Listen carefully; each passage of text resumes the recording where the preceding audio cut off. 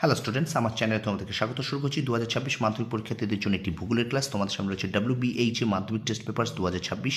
তো WBHA মাধ্যমিক test papers থেকে আমরা ভূগোলের শর্ট প্রশ্নের সলিউশন করব। আজকে করব আমরা 13 নম্বর স্কুল, অর্থাৎ Birbhum district inter school test. এই স্কুলটা থেকে আমরা এমসিকিউ, শুদ্ধ অশুদ্ধ, শূন্যস্থান পূরণ, এসএকিউ এবং স্তম্ভ মেলাও করবো। প্রথম থেকে শেষ পর্যন্ত ভিডিওটা দেখবে, ঠিক আছে? তো চলো শুরু করি ক্লাসটি। দেখো, প্রথম প্রশ্ন বলছে গ্রেট বা পর্যায় শব্দটি প্রথম ব্যবহার করেন জি.কে. গিলবার্ট। পরে প্রশ্ন, সাহারা মরুভূমি অঞ্চলে বালিময় মরুভূমিকে বলা হয় আর্গ। পরে প্রশ্ন, ফ্রান্সের আল্পস পার্বত্য অঞ্চলে প্রবাহিত স্থানীয় শুষ্ক উষ্ণ বায়ু প্রবাহ হল ফন।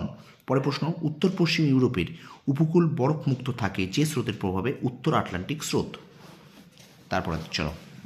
তারপর দেখো,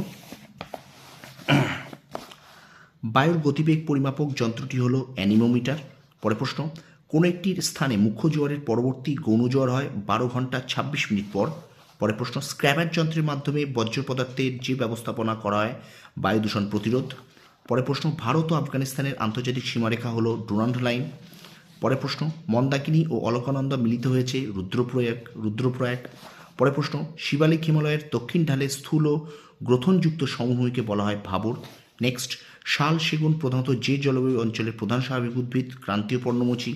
নেক্সট, সুতি বস্ত্রবয়ন শিল্পের রাজধানী মুম্বাইকে বলা হয়। আচ্ছা, হেক্টর প্রতি কার্পাস উৎপাদনের প্রথম রাজ্য হলো গুজরাট।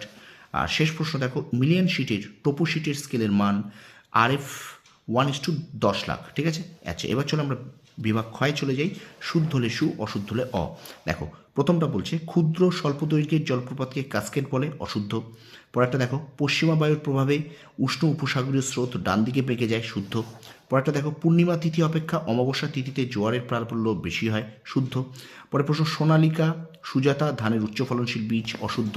পরে প্রশ্ন, রেডিও তরঙ্গ বায়ুমণ্ডলের আয়নোস্ফিয়ারে প্রতিফলিত হয়ে পুনরায় পৃথিবীতে ফিরে আসে, শুদ্ধ।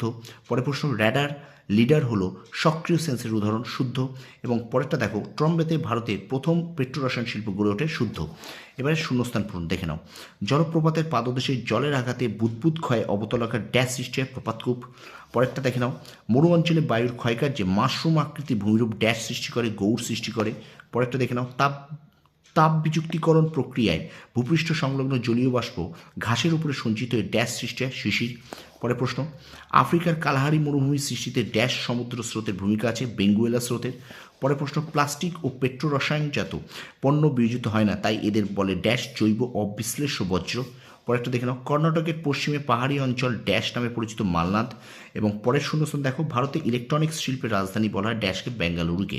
ওকে, আচ্ছা, এবার দেখে নাও এসএকিউ, অর্থাৎ একটি বা দুটি শব্দ উত্তর দাও। দেখো, বায়ুতাড়িত ঈষৎ পিতাভ্য বর্ণের স্থানচ্যুত বস্তুরাশিকে বলে কি বলে? লোয়েস। পরটা দেখো, বায়ুমণ্ডলের কোন স্তরের মধ্য দিয়ে জেট বায়ু প্রবাহিত হয়? ট্রোপোপজ।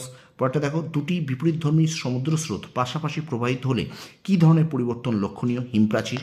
আচ্ছা, তেজস্ক্রিয় বজ্রের প্রধান উৎস কি? এটা কিন্তু পারমাণবিক বিদ্যুৎ কেন্দ্র। আরেকবার বলে দিচ্ছি, তেজস্ক্রিয় বজ্রের প্রধান উৎস পারমাণবিক বিদ্যুৎ কেন্দ্র। ভারতের উচ্চতম গিরিপথের নাম লেখো, লিংলা।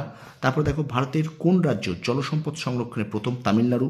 পরের প্রশ্ন দেখো, ভারতের বৃহত্তম ম্যানগ্রোভ অরণ্যের নাম কি? সুন্দরবন। আর শেষ প্রশ্নটা দেখো, ভারতের গভীরতম বন্দরের নাম কি? পারাদ্বীপ। ওকে, আচ্ছা, এবারে চলো আমরা চলে যাচ্ছি বাম স্তম্ভ ডান স্তম্ভে। দেখো, পূর্ব ভারতের বৃহত্তম হ্রদ লোকটাক, শুল্কমুক্ত বন্দর কান্ডালা, শীতলতম স্থান দ্রাস, চা গবেষণাগার জোরহাট। কি বললাম? পূর্ব ভারতের বৃহত্তম হ্রদ লোকটাক, শুল্কমুক্ত বন্দর কান্ডালা, শীতলতম স্থান দ্রাস, চা গবেষণাগার এখানে হলো জোরহাট, ঠিক আছে? তো এই ছিল তোমাদের WBHA মাধ্যমিক টেস্ট পেপার্স থেকে 13 নম্বর, অর্থাৎ Birbhum district inter school test থেকে এমসিকিউ শর্ট প্রসেস আমরা সলিউশন করলাম। ভিডিওটা ভালো লাগলে অবশ্যই লাইক করবে, কমেন্ট করবে, বন্ধুদের মাঝে বেশি করে শেয়ার করবে।